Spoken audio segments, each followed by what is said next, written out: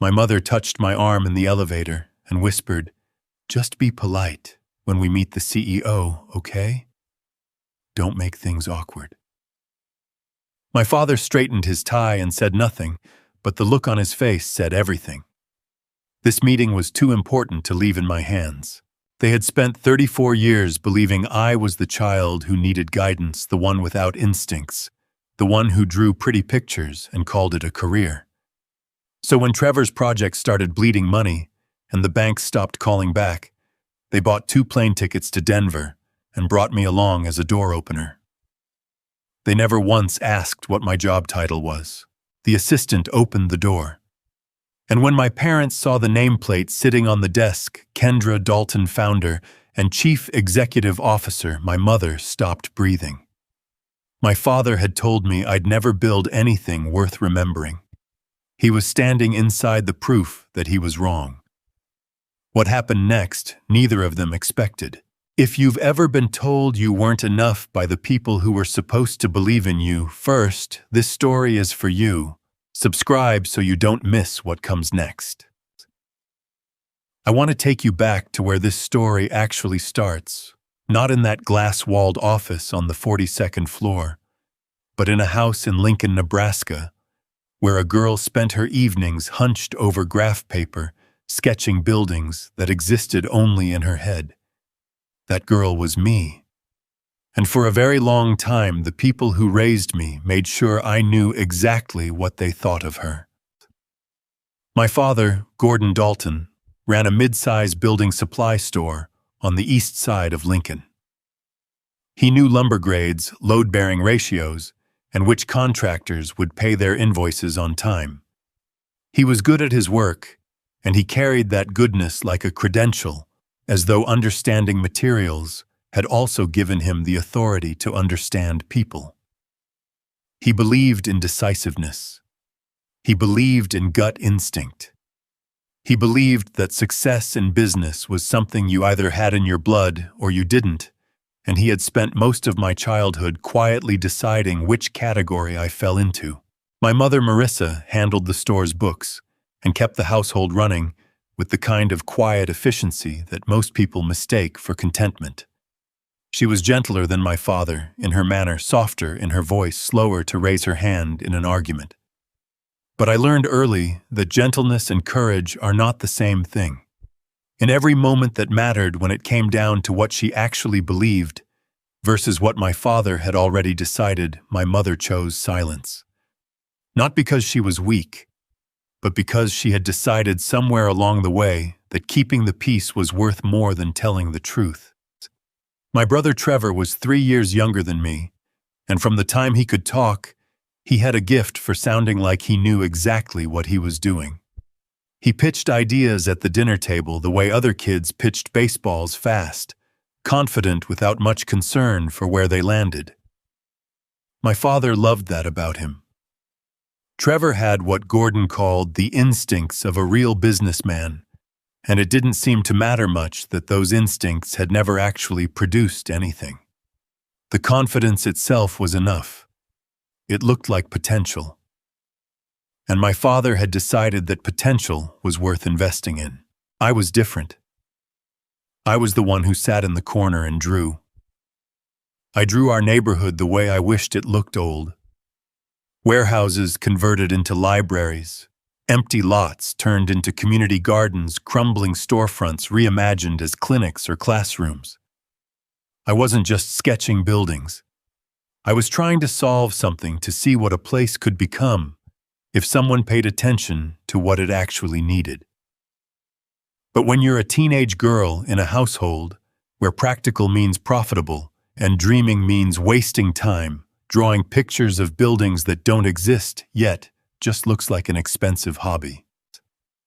My father made his opinion clear every time I spread my sketchbooks across the kitchen table.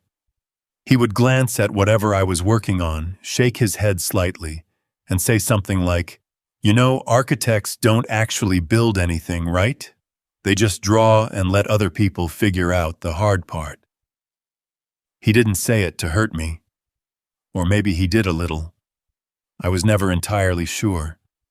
What I was sure of was the look on his face, the slight narrowing of his eyes, that told me he had already sorted me into a box, and the box was labeled not quite enough. I won a statewide design competition when I was 16, first place.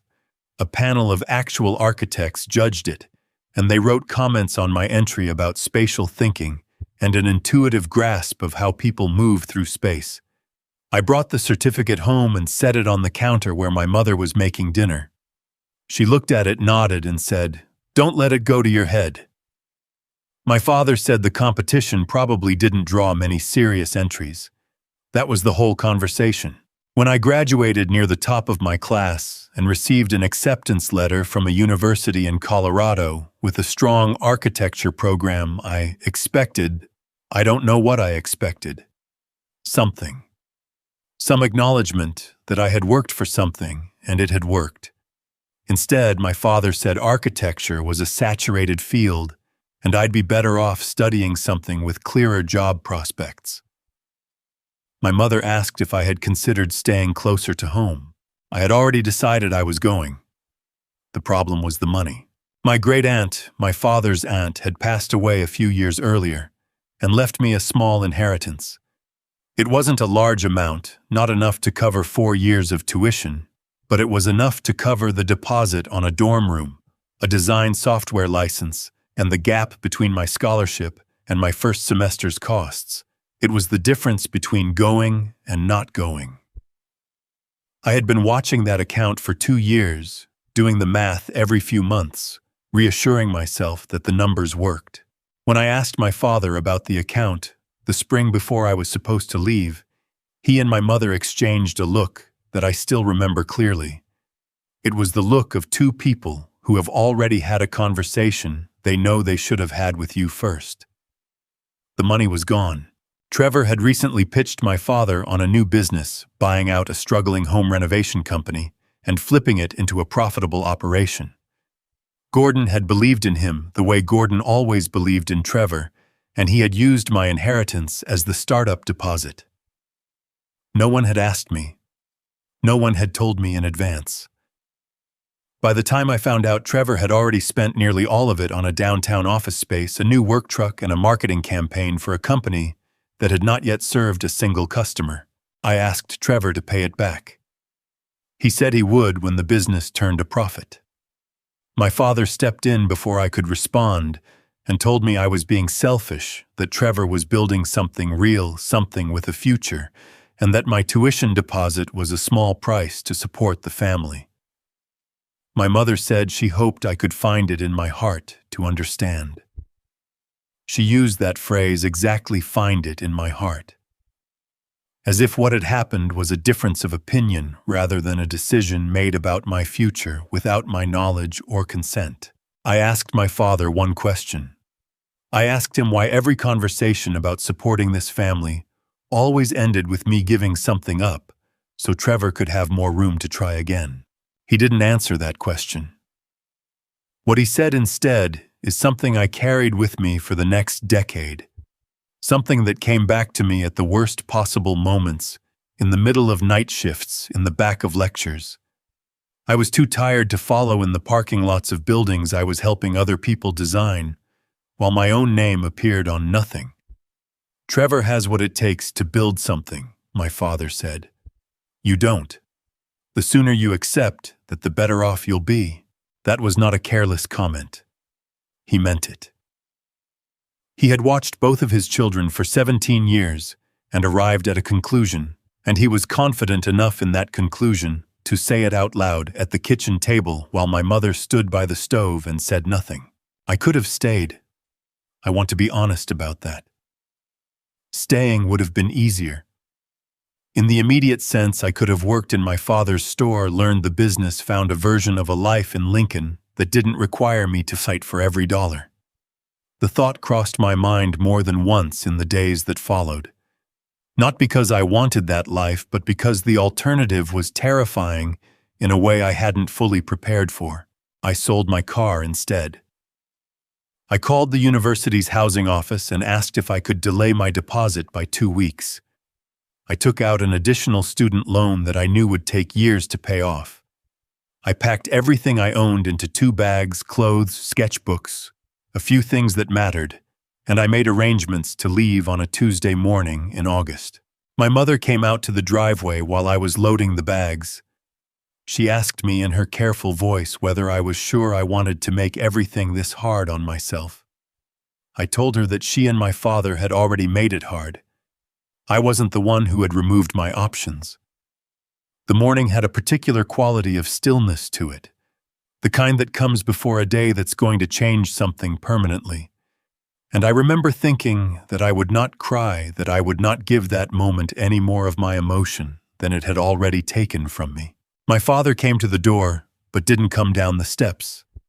He told me that when things didn't work out, I shouldn't call home expecting money. I want to be clear about something. He didn't say if things didn't work out. He said when. I got on the bus to Colorado with less than $400 in my account, a loan I didn't know how to repay, and the particular kind of anger that comes not from being hated, but from being dismissed. Hatred at least implies that someone thought about you enough to feel something strong. What my father had given me was quieter and colder than that.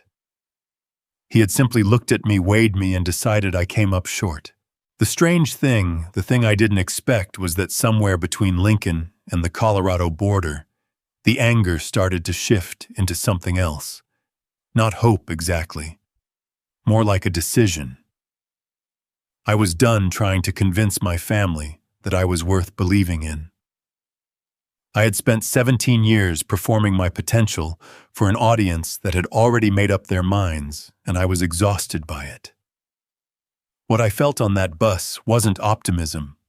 It was a kind of settling, like a door closing at exactly the right moment. I couldn't make my father see me differently. I couldn't retroactively be the child he had chosen to believe in.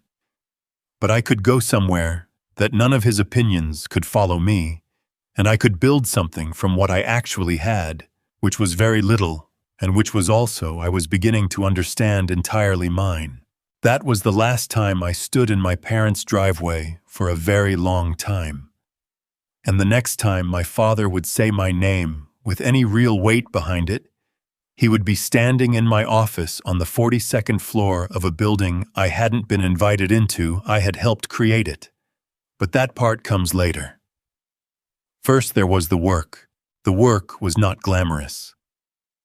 I want to say that plainly because there is a version of this story where the struggles of those early years get compressed into a single inspiring montage, a few hard nights, a breakthrough moment, and then the skyline.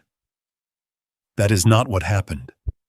What happened was slower and more exhausting than I had words for at the time, and it lasted not for weeks, but for years.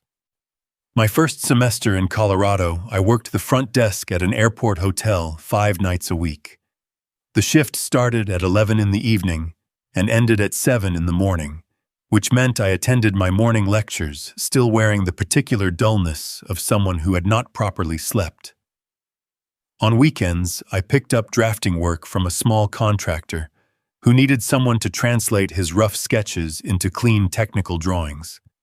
He paid me by the page, which was not much, but it was consistent, and consistency was what I needed more than anything else in those years. I was building something out of very little, the same way I had always imagined buildings being built, foundation first, then walls, then everything else. There were nights I fell asleep in the studio, because taking the bus back to my apartment would have cost me time I couldn't recover. There were weeks when I had to choose between buying the materials for a model and buying groceries, and I chose the model because the grade mattered more in the long run, and I ate rice and peanut butter and told myself this was temporary. When my laptop died 10 days before a major review, I worked 3 consecutive nights in the campus computer lab surviving on vending machine coffee because renting time on the machines was cheaper than repairing the hardware, and I was not in a position to fall behind. I still called home during that first year. Not often, but enough. I told myself I was maintaining the connection, keeping a thread open, being the bigger person.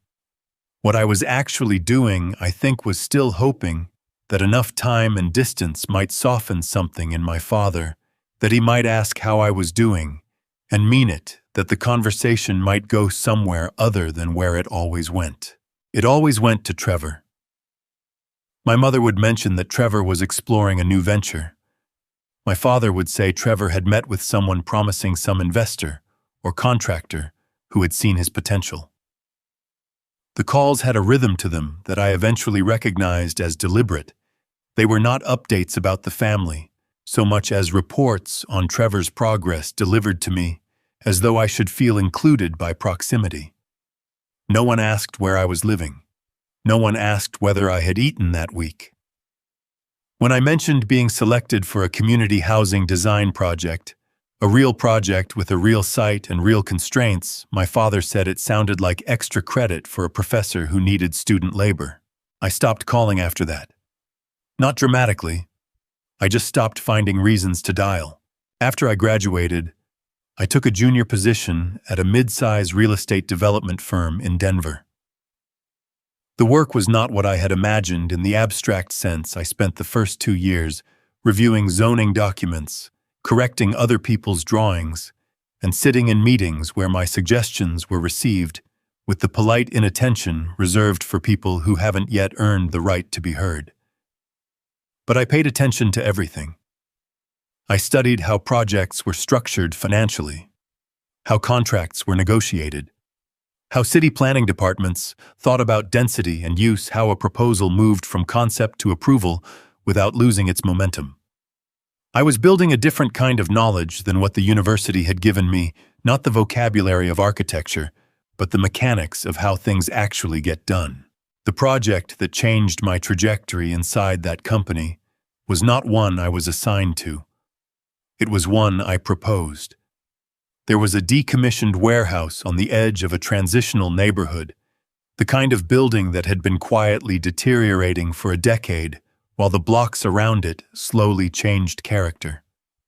The firm's standard instinct was demolition and new construction, which made financial sense on paper, but would have displaced the character of the block entirely. I put together an alternative, a conversion proposal, that kept the original structure, introduced affordable residential units on the upper floors, and built a child care facility into the ground level, which the neighborhood had identified as a critical need in multiple community meetings. The proposal took me 4 months of evenings and weekends to develop properly. My direct manager told me the numbers would never work. I reworked the numbers until they did.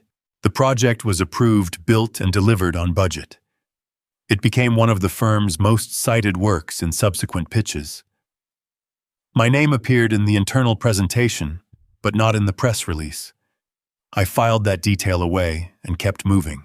Nearly a decade after I arrived in Colorado, with 2 bags and less than $400, I left that firm and incorporated Blue Mesa Urban Partners. The early days were unglamorous in a different way than graduate school had been. Instead of exhaustion, there was uncertainty, the specific anxiety of having made an irreversible decision and not yet having proof that it was the right one. I had 4 employees working out of a leased office that was too small and too loud, and had a window that didn't close properly all winter. Multiple investors declined to take meetings.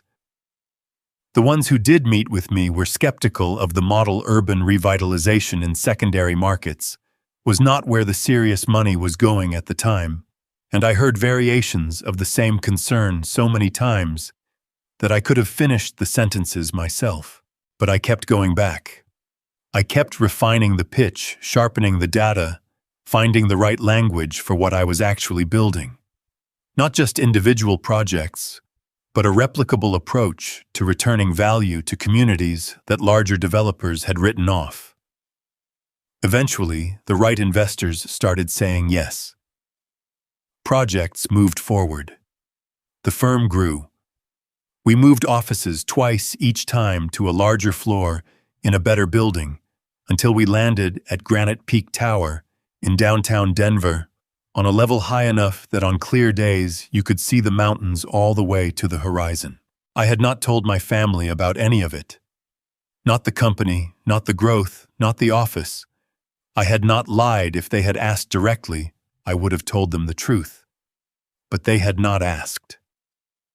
In the years since I stopped calling regularly, my parents and I had fallen into a pattern of occasional contact, a text on birthdays, a brief call at Thanksgiving that lasted less than 10 minutes and covered nothing of substance. They knew I was in Denver. They knew I worked in real estate development. Beyond that, they had not inquired and I had not volunteered. It was not a secret I was keeping so much as information I had stopped expecting them to want. That changed on a Thursday afternoon in late October when my phone showed my mother's name for the first time in nearly 4 months. She opened the conversation carefully, the way someone opens a door they're not sure is locked. She said it had been too long, that she missed me, that she and my father had been talking about how the family had drifted and whether it was possible to do something about that. Her voice had the texture of genuine feeling, and I want to be honest, some part of me responded to it. Some part of me that I had not fully managed to harden sat up and paid attention, because it had been a long time since my mother had called just to say she missed me, and I was not entirely immune to the sound of it. Then she handed the phone to my father, and within 3 minutes, he was talking about Prairie Crown Commons. Trevor, it turned out, had spent the last several years building toward what Gordon described as his most ambitious project yet, a large mixed-use development on the outskirts of Lincoln, combining residential units, retail space, and offices in what Trevor had been marketing as a new landmark for the city. My father's voice, when he described it, carried the familiar pride, the same unqualified confidence in Trevor's instincts that had always puzzled me, given the track record. But there was something underneath the pride this time, a tightness, a carefulness, that told me this was not just a progress update. Gordon said the project had hit some turbulence. A contractor had pulled out. The bank had become difficult. Trevor needed a strong partner to help bridge the gap, and he had heard through some industry contact he didn't name that Blue Mesa Urban Partners was looking at opportunities in smaller markets. He wondered if I might be able to pass the project file to someone at the company. Get it in front of the right person. I asked my father what he thought I did at Blue Mesa. He said it didn't matter what my title was. He just needed me to get the documents to whoever made the decisions. I sat with that for a moment. After everything, after nearly 15 years, after all the work, after building a company, from 4 people in a cold office to a firm that had reshaped entire neighborhoods across the western half of the country, my father was calling to ask me to play messenger. He did not know I was the one who made the decisions because he had never asked. He had never asked because he had never believed there was anything worth asking about. I told him I would arrange a meeting in Denver. I told him to bring everything Trevor had on the project. I told him I would make sure the right person saw it. And then I ended the call and sat at my desk for a long time looking at the city below, trying to untangle what I actually felt from what I knew I was supposed to feel. Before that meeting happened, I asked our due diligence team to pull everything available on Prairie Crown Commons, public filings, contractor records, permit history, financial disclosures. What they brought back was worse than I had anticipated. The project was not simply underfunded. There were concealed liabilities contracts that overlapped in ways that suggested deliberate obscuring revenue projections that bore no relationship to the actual pre-sale numbers. Some of the construction that had already been completed used materials that didn't meet the original specifications, which meant that the people who had already paid deposits and were expecting to move in would be living in something that didn't match what they had been sold and might not be safe. Blue Mesa had the resources to step in. That was not the question. The question was what stepping in would actually mean, and for whom and at what cost. Saving Prairie Crown Commons on Trevor's terms, absorbing the debt, letting him retain control, would mean my company carrying the risk of his decisions, while he kept the authority to keep making them. It would also mean protecting my parents from the consequences of having mortgaged nearly everything they owned to back a project that had been mismanaged from the beginning. I thought about my father saying Trevor was the one with real potential. I thought about sitting on a bus with $400 and nowhere certain to sleep. I thought about the 10 years between that bus and this desk, and I tried to be honest with myself about what I was actually doing and why. Part of me wanted them to walk into that office and feel the full weight of what they had dismissed. I won't pretend otherwise. There was a version of that meeting I had imagined, not planned, just imagined, where everything I had built would speak for itself in a way that no amount of conversation ever had. But I knew, sitting at that desk, that I didn't want to become someone who used a position of power to settle an old score. That was not why I had built this, and using it that way would diminish everything it had taken to get here. The meeting was scheduled for a Monday. My parents flew in on a Sunday night.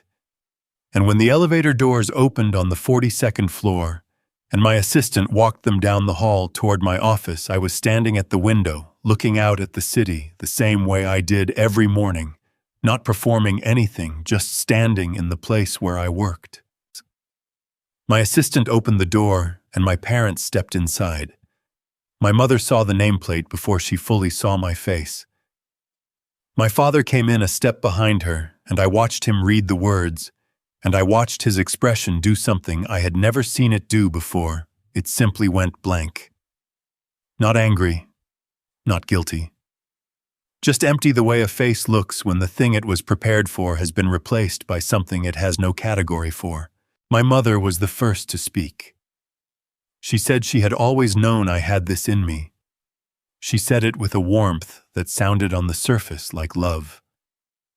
My father recovered quickly and said that his high standards had pushed me to become who I was, that the pressure he had applied had made me stronger. He said it the way someone says a thing they have just decided to believe, and he said it before either of them had acknowledged what was on the desk or asked a single question about how I had gotten here. Those words landed harder than any silence would have, because what they were doing, both of them within the first 2 minutes, was converting my success into a confirmation that they had been right all along. They were not reckoning with anything. They were rewriting. I asked my father if he remembered what he had said to me the morning I left for Colorado. He said he didn't recall the specifics. I told him the specifics, word for word, the way I had carried them for 15 years. Trevor has what it takes to build something. You don't. The room went quiet in a way that was different from ordinary quiet. Then my father pushed the Prairie Crown Commons folder across the desk and said that what mattered now was not the past, but whether I had the capacity to help my family in a crisis. And that was when I understood completely and without any remaining ambiguity why they had come. Not because they had finally seen me, because they had finally seen what I could do for Trevor. I looked at the folder my father had pushed across the desk. Then I opened the one my team had already prepared. The due diligence report was 37 pages. I had read it twice, and I had spent both readings trying to find some interpretation of the numbers that was less serious than what they appeared to be. There wasn't one. I turned the report around and set it in front of my father without saying anything first, because the numbers were clearer than anything I could add to them. Gordon looked at the pages without picking them up. He said Trevor had been dealing with supplier issues, that the contractor situation had been badly handled by people Trevor had trusted, that the financial picture was more complicated than it looked to someone on the outside. My father had a way of defending Trevor that had always impressed me in spite of everything. It was fluent, it was immediate, and it never required him to acknowledge a single specific fact. He could absorb an entire report of documented problems and respond as though the problem was the documentation, I told him I wasn't on the outside. I told him I had built this company by understanding exactly what a distressed project looks like, and what it costs to turn it around, and what was in front of us was not a communication problem or a supplier issue. I told him that the families who had put down deposits on those units deserved to know what they had actually bought, and that the contractors and workers who had not been fully paid deserved to be made whole before anything else happened. My mother, who had been sitting quietly since the moment she read my nameplate, said my name in the careful voice she used when she wanted me to understand that she was about to say something important. She said she knew that things had been hard between us, and that she knew she and my father had not always handled things fairly, but she asked me not to let whatever I felt about the past determine what I decided today. She asked me not to let them lose the house. She had lived in that house for more than 30 years, she said, and she could not imagine starting over. That hit me in a place I had not fully prepared for.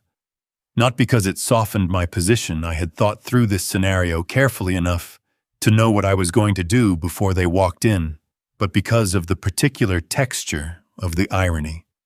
My mother was asking me not to let the past affect my decision while sitting in an office that existed entirely because I had refused to let their decisions about the past determine my future.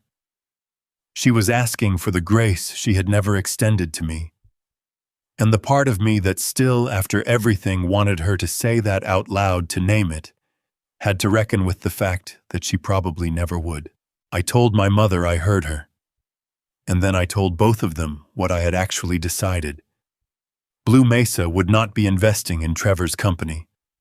We would not be assuming his personal debts or restructuring the project in a way that left him in control of something he had already demonstrated he could not manage responsibly. Those terms were not negotiable, and I said so clearly because I had learned over 15 years that clarity at the beginning of a hard conversation saves everyone time. What I was willing to do was different. Blue Mesa could acquire Prairie Crown Commons at its actual assessed value after the cost of repairs, the remediation of the structural issues, and the full accounting of the concealed liabilities. The acquisition would be structured to prioritize the workers and subcontractors who hadn't been paid, and to protect the deposits of every family who had signed a purchase contract. An independent audit would be conducted, and anything that audit found would be reported to the appropriate authorities. Trevor would need to relinquish all operational control of the project as a condition of the deal. My father's response was immediate and loud. He said I was using my position to punish my brother. He said I was taking advantage of a family crisis to make Trevor look small, to take something that Trevor had built and put my name on it instead. He said that whatever I felt I was owed from the past, this was not the way to collect it. I told him I wasn't collecting anything. I told him that what I was doing was the only thing I could do that was actually fair to the people Trevor's decisions had affected: the workers, the contractors, the families, people who had no part in our history and had no reason to bear the cost of it. And I told him that if he wanted to be angry about that, I understood, but I was not going to change the terms. Then Gordon said the thing that years earlier would have broken something open in me. He said that if I refused to help Trevor without conditions, I was no longer his daughter in any way that counted. He said family meant something or it didn't, and my answer would tell him which one I believed. I looked at my father for a long moment. I thought about the bus ride. I thought about the laptop and the studio floor and the window that didn't close properly in that first Blue Mesa office. I thought about every year I had spent building something real while he was in Lincoln, telling people Trevor had the instincts of a businessman. And I said to him, as calmly as I have ever said anything, I spent half my life trying to earn a place in this family. I am not going to buy it by abandoning my integrity. Not for Trevor. Not for anyone. My parents left the office without signing anything. My father walked out first. My mother followed, and at the door she turned back and looked at me with an expression I still don't have a single word for, something between grief and recognition, there for only a second before she turned away. In the weeks that followed, Trevor rejected the terms and went looking for another investor. There wasn't one. The project's exposure was too severe and too well documented by that point for anyone to step in on terms that left Trevor in control. The bank began foreclosure proceedings. When it became clear that the alternative to Blue Mesa's offer was a complete collapse that would cost the depositors everything, Trevor accepted the deal. I recused myself from the operational side entirely and handed the project to an independent management team within Blue Mesa because I did not want any part of the outcome to be about me. Gordon and Marissa sold the building supply store to cover a portion of what they owed. They moved from the house my mother had spent 30 years in into a much smaller place on the other side of Lincoln. For several months after that, I did not hear from either of them. I did not reach out either. There was nothing to say that hadn't already been said, and I had learned enough by then to know that silence can be the right thing to sit inside for a while. The letter from Trevor arrived on a Tuesday, almost a year after the meeting in my office. It was handwritten, which surprised me, not because Trevor was incapable of writing by hand, but because the format felt deliberate, like he had chosen it specifically because it couldn't be forwarded or copied or filed. The handwriting was uneven in places, and there were sentences that ran long and then stopped abruptly, the way writing looks when someone is choosing words more carefully than they're used to. He didn't ask for anything. He didn't apologize in the smooth, pre-packaged way that apologies sometimes come when someone wants credit for delivering them. He just said that he had spent a long time understanding his own failures as other people's mistakes, and that losing the project had been the first time in his adult life that there was no one between him and the consequence of what he had done. He said he had taken a job as a site supervisor for a small contracting company. He was learning to show up on time, to manage a budget he hadn't set, to answer for decisions he had made in front of people who were not going to protect him from the answer. He said it was the hardest thing he had ever done, and that he thought it might also be the most useful. Toward the end of the letter, he wrote that refusing to rescue him was the most honest thing anyone in the family had ever done for him. He said he was starting to understand the difference. I did not forgive everything in that moment. I want to be accurate about that because the story of forgiveness is often told too quickly. One gesture, one letter, one honest conversation, and the ledger balances. That is not how it works. But I wrote back. And several months after that, we met for coffee in a diner near the Lincoln airport, and we talked for 3 hours about things that had nothing to do with money or projects or family dynamics. It was the first conversation I could remember having with my brother that didn't have an agenda underneath it, and it was in its small way a beginning. My mother called a few months after that. She did not mention Trevor, which told me she had thought carefully about how to approach the call. She said she had been sitting with something for a long time, and she needed to say it directly. She said she had watched things happen to me that were not fair, and she had said nothing, and she had told herself for years that her silence was a neutral position, that she wasn't choosing sides, she was just keeping peace. She said she understood now that silence had been its own kind of choice, and that the peace she had been keeping had come at my expense. I told her I had needed to hear that for a long time, and I meant it without qualification. That call did not fix everything, but it was real, and real was what I had always wanted from her. My father took longer. He did not call. What arrived instead about 2 months after my mother's call was a cardboard shipping box, taped carefully with my name written on the outside in his handwriting. Inside were the sketchbooks from my childhood. Every one of them, including ones I had forgotten, existed. Drawings from when I was 12, 14, 16, the warehouse conversions, and the community gardens, and the reimagined storefronts, all of it preserved in a condition that told me he had not thrown them away, had not let them deteriorate, had kept them somewhere deliberate. There was a note tucked inside the top sketchbook, written on a piece of paper torn from a legal pad. It said, "I saw it. I was too proud to say so. That's on me, not you. That was all." No explanation, no larger accounting. Just those 2 sentences in my father's handwriting, which I recognized from the invoices he used to write out by hand at the store. I sat with the box for a long time. Then I put the sketchbooks on a shelf in my office where I could see them from my desk. I told my father when we eventually spoke that an apology was a beginning, not an ending. That trust was not something that could be restored in a single gesture, that it would have to be built over time through what actually happened between us, not through what we said to each other in phone calls. He said he understood. Whether he did or not, I couldn't know yet. That was the point. 2 years after the meeting in my office, Prairie Crown Commons was completed. Not the version Trevor had imagined, the landmark, the showpiece, the thing that was going to make people remember his name. What it became instead was quieter and more durable than that, a mixed-use neighborhood with affordable housing, a handful of local retail spaces, a community health clinic, and a vocational training center that partnered with 2 of the city's largest employers.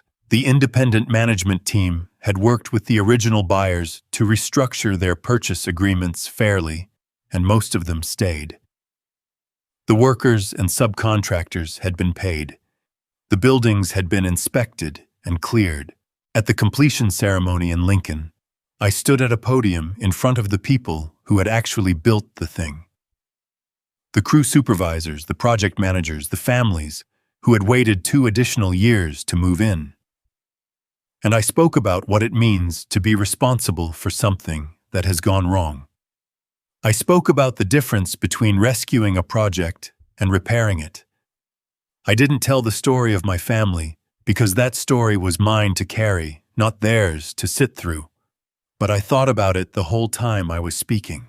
Gordon and Marissa were there, standing at the back of the crowd. My father was not taking photographs or talking to the people around him. He was just watching.